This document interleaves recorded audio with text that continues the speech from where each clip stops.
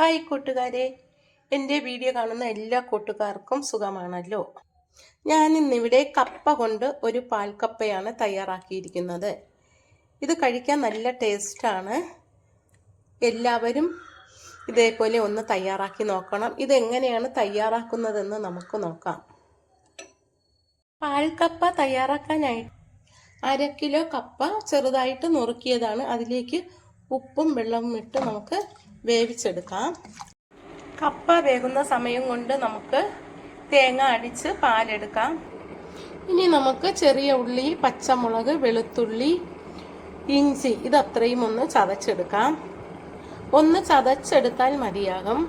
കപ്പ ഇപ്പോൾ നന്നായിട്ട് വെന്തു. ഇനി നമുക്കിതിൻ്റെ വെള്ളം ഊറ്റിക്കളയാം. വെള്ളമൊക്കെ ഊറ്റിക്കളഞ്ഞ് ഇപ്പോൾ നന്നായിട്ട് വെന്ത് കിട്ടി. ഈ കപ്പ നമുക്ക് ഇനി ഒരു പാത്രത്തിലേക്ക് മാറ്റാം. ാണ് എടുത്തത്, അതിലേക്കാണ് ഈ കപ്പ മാറ്റുന്നത്. കപ്പ നന്നായിട്ട് ഇപ്പോൾ വെന്ത് കിട്ടി. ഇതിലേക്ക് നമുക്കിനി 2ാം പാല് ഒഴിച്ചു കൊടുക്കാം. 1 മുറി തേങ്ങയുടെ പാലാണ് എടുത്തു വെച്ചത്. ഇത് 2ാം പാലാണ് ഞാനിപ്പോൾ ഇതിലേക്ക് ചേർത്ത് കൊടുത്തത്. ഇനി നമുക്കിതിലേക്ക് ആദ്യമേ ചതച്ച് വെച്ചിരുന്ന പച്ചമുളക്, ഇഞ്ചി, വെളുത്തുള്ളി അത് നമുക്ക് അതിലേക്കിട്ട് ഒന്ന് ഇളക്കി കൊടുക്കാം. ഇതിലേക്ക് ഒരു 1/4 സ്പൂൺ ജീരകം പൊടിച്ചത് കൂടി ചേർത്ത് കൊടുക്കാം. എന്നിട്ട് നമുക്കിത് എല്ലാം കൂടി ഒന്ന് മിക്സ് ചെയ്യാം. പാൽക്കപ്പ തയ്യാറാക്കിയിട്ടില്ലെങ്കിൽ എല്ലാവരും ഒന്ന് ട്രൈ ചെയ്ത് നോക്കണം. ഇത് നല്ല ടേസ്റ്റാണ്. ഇത് തിളയ്ക്കുന്നത് വരെ നമുക്ക് തീയിട്ട് കൊടുക്കാം. ഇതിലേക്ക് കുറച്ച് ഉപ്പുപൊടി കൂടി ചേർത്തിട്ട് ഒന്നുകൂടി ഒന്ന് ഇളക്കി കൊടുക്കാം. ഇപ്പോൾ തിളച്ച് വരുന്നുണ്ട്. ഇത് നമുക്ക് തവി വെച്ച് കഷ്ണങ്ങൾ ഒന്ന് ചെറുതായിട്ടൊക്കെ ഒന്ന് ഉടച്ചു കൊടുക്കാം.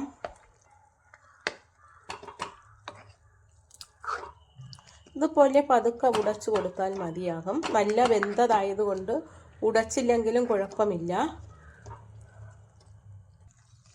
ഇപ്പോൾ നന്നായിട്ട് തേങ്ങാപ്പാലൊക്കെ വെന്ത് കുറുകി വന്നു.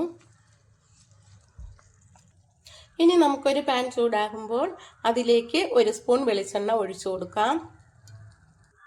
വെളിച്ചെണ്ണയിലേക്ക് 1 സ്പൂൺ കടുകിട്ട് പൊട്ടിക്കാം. കടുക് പൊട്ടി കഴിയുമ്പോൾ അതിലേക്ക് ചെറിയ ഉള്ളി അരിഞ്ഞത് ചേർത്ത് കൊടുക്കാം. വറ്റൽ മുളക് കൂടി ചേർത്ത് കൊടുക്കാം. ഇനി നമുക്ക് കപ്പയിലേക്ക് 1ാം പാല് ഒഴിച്ചു കൊടുക്കാം. നല്ല കട്ടിയുള്ള 1ാം പാലാണ് അതിലേക്ക് ഒഴിക്കുന്നത്. എന്നിട്ട് ഇതൊന്ന് മിക്സ് ചെയ്യാം. 1ാം പാൽ ഒഴിച്ചു കഴിഞ്ഞാൽ പിന്നെ തീ ഇടേണ്ട ആവശ്യമില്ല. ഇത് എല്ലായിടത്തും ഒന്ന് മിക്സ് ചെയ്താൽ മതിയാകും. ഉള്ളിയൊക്കെ ബ്രൗൺ കളറായി. അതിലേക്ക് കുറച്ച് കറിവേപ്പില കൂടി ചേർത്ത് കൊടുക്കാം. എന്നിട്ട് ഒന്ന് ഇളക്കി കൊടുക്കാം. മൺചട്ടി ആയതുകൊണ്ട് ഇപ്പോഴും പാൽക്കപ്പ തിളച്ചു കൊണ്ടിരിക്കുന്നു. ഇനി നമുക്കിതിലേക്ക് കടുക് വറുത്തത് താളിച്ചു കൊടുക്കാം.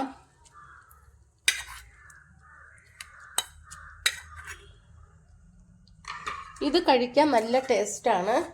ചിക്കൻ്റെ കൂടെയും മീൻ കറിയുടെ കൂടെയും ഒക്കെ കഴിക്കാൻ പറ്റും. ഇതേപോലെ തയ്യാറാക്കിയിട്ടില്ലെങ്കിൽ നിങ്ങളും ഇതുപോലെ ഒന്ന് തയ്യാറാക്കി നോക്കണം.